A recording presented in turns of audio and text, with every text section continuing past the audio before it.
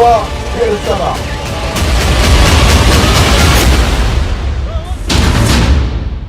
Double धमाका, double हमला, Hamas का खुफिया युद्ध।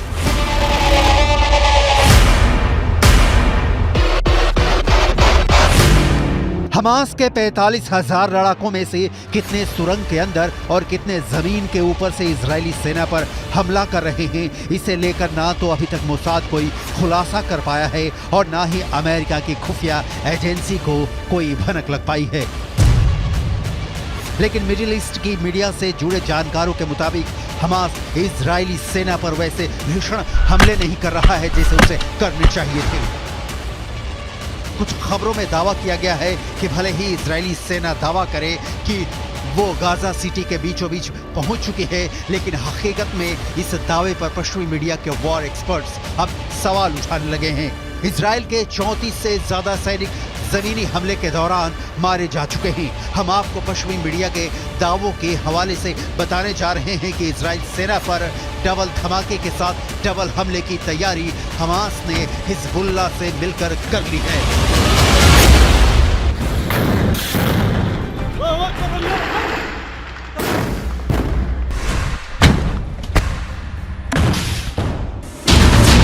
इजराइल की वर्दी में हमास के लड़ाके।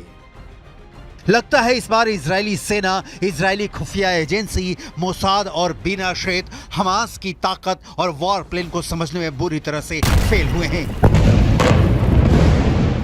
27 अक्टूबर से शुरू हुए दूसरे चरण के इजरायली हमले में दावा किया जा रहा था कि इजरायली सेना एक हफ्ते के अंदर उत्तरी गाजा से हमास के लड़ाकों का सफाया कर देगी, लेकिन अभी तक इजरायली सेना सिर्फ 400 के करीब सुरंगों को तबाह कर पाई है।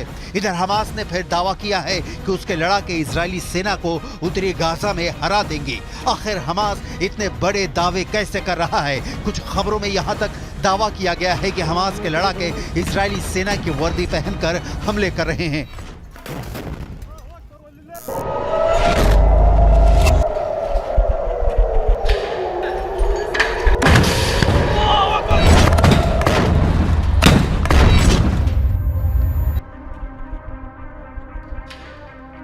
हमास सेना के शाखा अल कसम ब्रिगेड ने एक वीडियो जारी किया है जिसमें दिखाया गया है कि उत्तरी गाजा में इजरायली सेना उनके टैंक, उनके बख्तरबंद लड़ाकू वाहनों, यहां तक कि बुलडोजर पर भी हमास लड़ाके बेहद बेरहम और घातक हमले कर रहे हैं।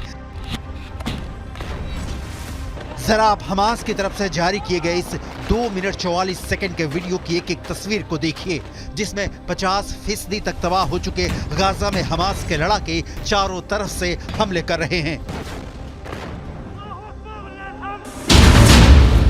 डबल धमाका, डबल हमला, हमास का खुफिया युद्ध।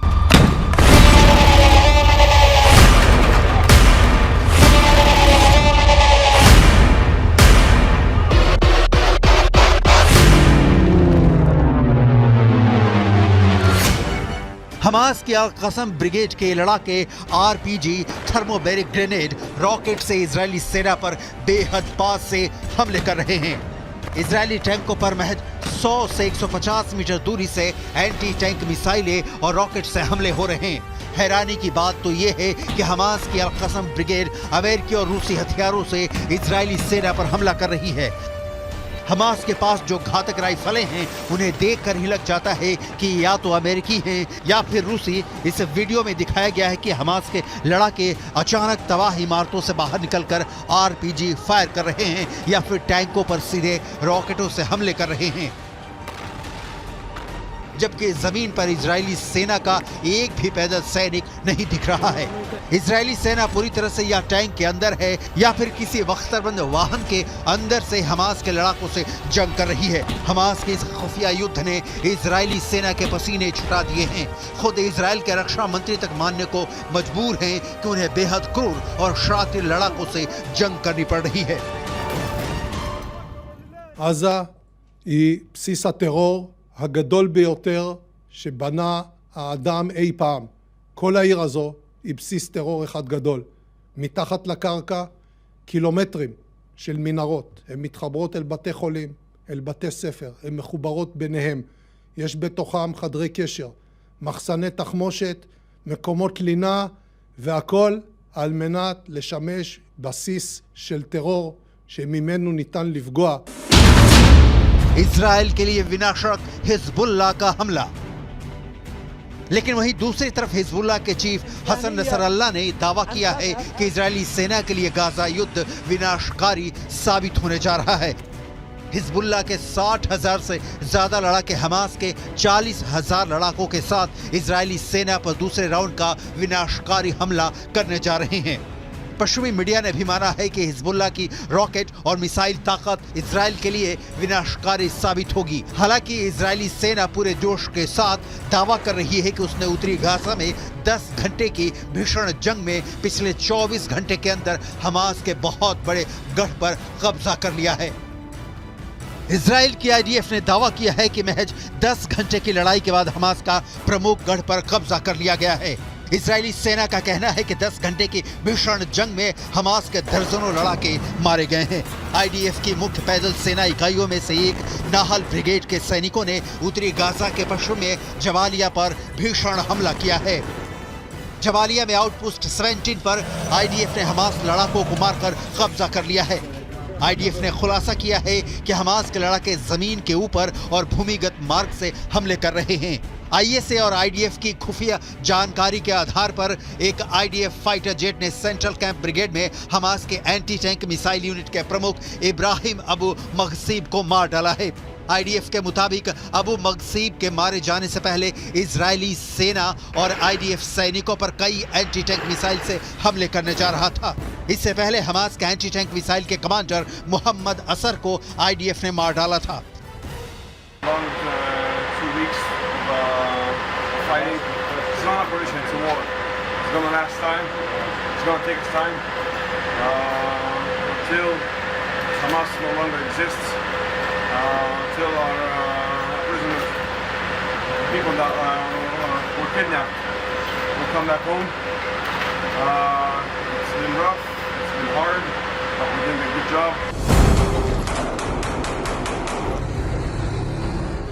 आईडीएफ ने कई तस्वीरें जारी की हैं जिसमें दावा किया गया है कि नॉर्थ गाजा में हमले बेहद तेज कर दिए गए हैं। इजरायली सेना ने यह भी दावा किया है कि हमास के करीब 60 कमांडरों को अब तक मार दिया गया है।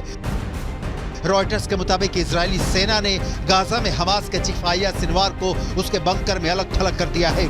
वो बंकर के बाहर की दुनिया से पूरी तरह से कट चुका है। इधर इजराइल के युद्ध कैबिनेट के मंत्री रॉन डर्मर ने दावा किया है कि 30 दिन से ज्यादा की जंग में 3 से 4 हजार से ज्यादा हमास लड़ाके मारे जा चुके हैं। उत्तरी गाजा का 50% इलाका पूरी तरह से तबाह हो चुका है। फिलिस्तीनी और हमास समर्थकों के बीच कोहराम मचा हुआ है।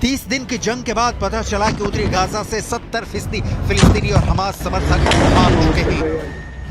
उत्तरी गाजा से दक्षिण गाजा के बीच 14 किलोमीटर का फासला है। दक्षिणी गाजा में लगभग उत्तरी गाजा से 7 से 8 लाख लोग पहुंच चुके हैं, जबकि उत्तरी गाजा में फंसे 1.5 से 2 लाख लोगों को हमास के लड़ाकों ने मानो ढाल बना रखा है। हथियारों के साथ हमास के लड़ाकों की लड़ने की क्षमता साफ दिखा रही है कि जंग अभी खत्म नहीं होगी, बल्कि अभी जंग में बहुत से खिलाड़ी खून की होली खेलने का प्लान बना रहे हैं। अब देखना होगा हमास और हिजबुल्लाह जब दो तरफ से डबल अटैक इजराइल पर करेंगे, तब कैसे इजरायली सेना हमास और हिजबुल्लाह का सामना करेगी।